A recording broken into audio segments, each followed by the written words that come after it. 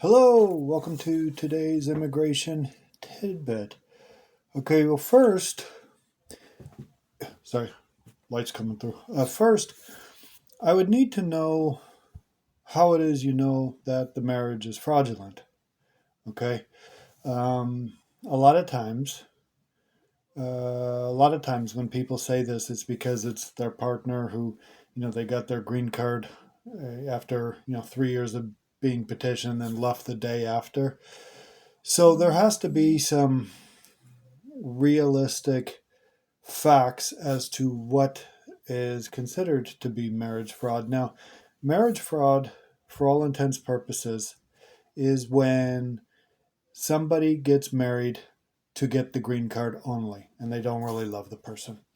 And you have to understand that marriage fraud can be on both sides.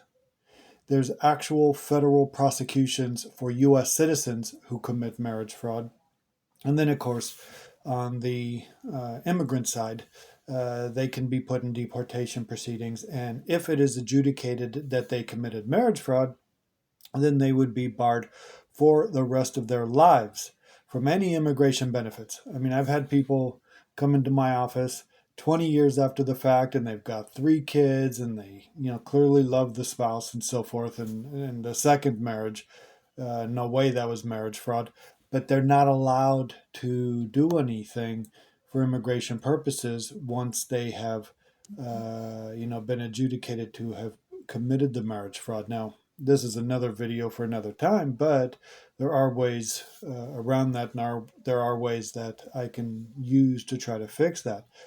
But based on your question, how long did they know each other before they got married? How long have they been married?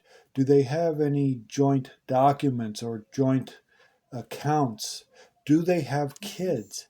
Because I can tell you, if they have any kids, there's no way you're going to be able to prove marriage fraud. Okay, that's a very difficult proposition if they have kids to show that it was marriage fraud. Now, obviously, and I'll exaggerate, a case such as the following, there'd be no question there's marriage fraud. Let's say you have some documentation saying something to the effect, if you marry me, I will give you $10,000. And once I get the green card, I'll give you another $10,000. And then let's say you have evidence of a deposit in their bank accounts from that person showing that. And let's say that you have a check written to that person. And let's say that they never really lived together. They didn't consummate the marriage. They still live separately. All that stuff. No case is that clean cut. Okay.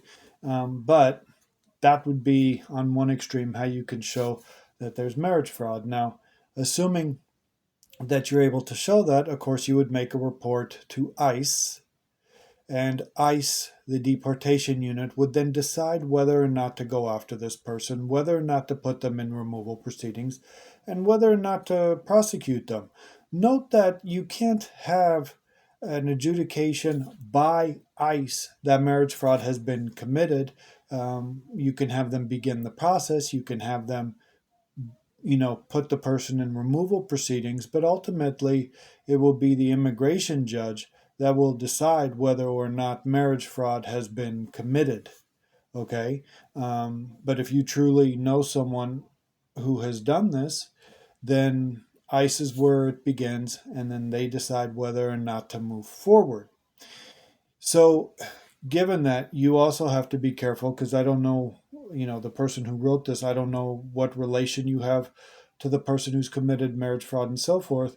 If you're part of it, and if you've been paid to help assist with it, then there's federal prosecution for you in regards to the marriage fraud. So I of course would need to consult and have a consultation with you to determine how and what and why you know that marriage fraud has been committed. So given that, um, you have to decide where to go from here. Committing marriage fraud is a big, big deal in immigration law, and it has consequences, serious consequences, for both sides, the U.S. citizen and the immigrant who has married. Okay? All right.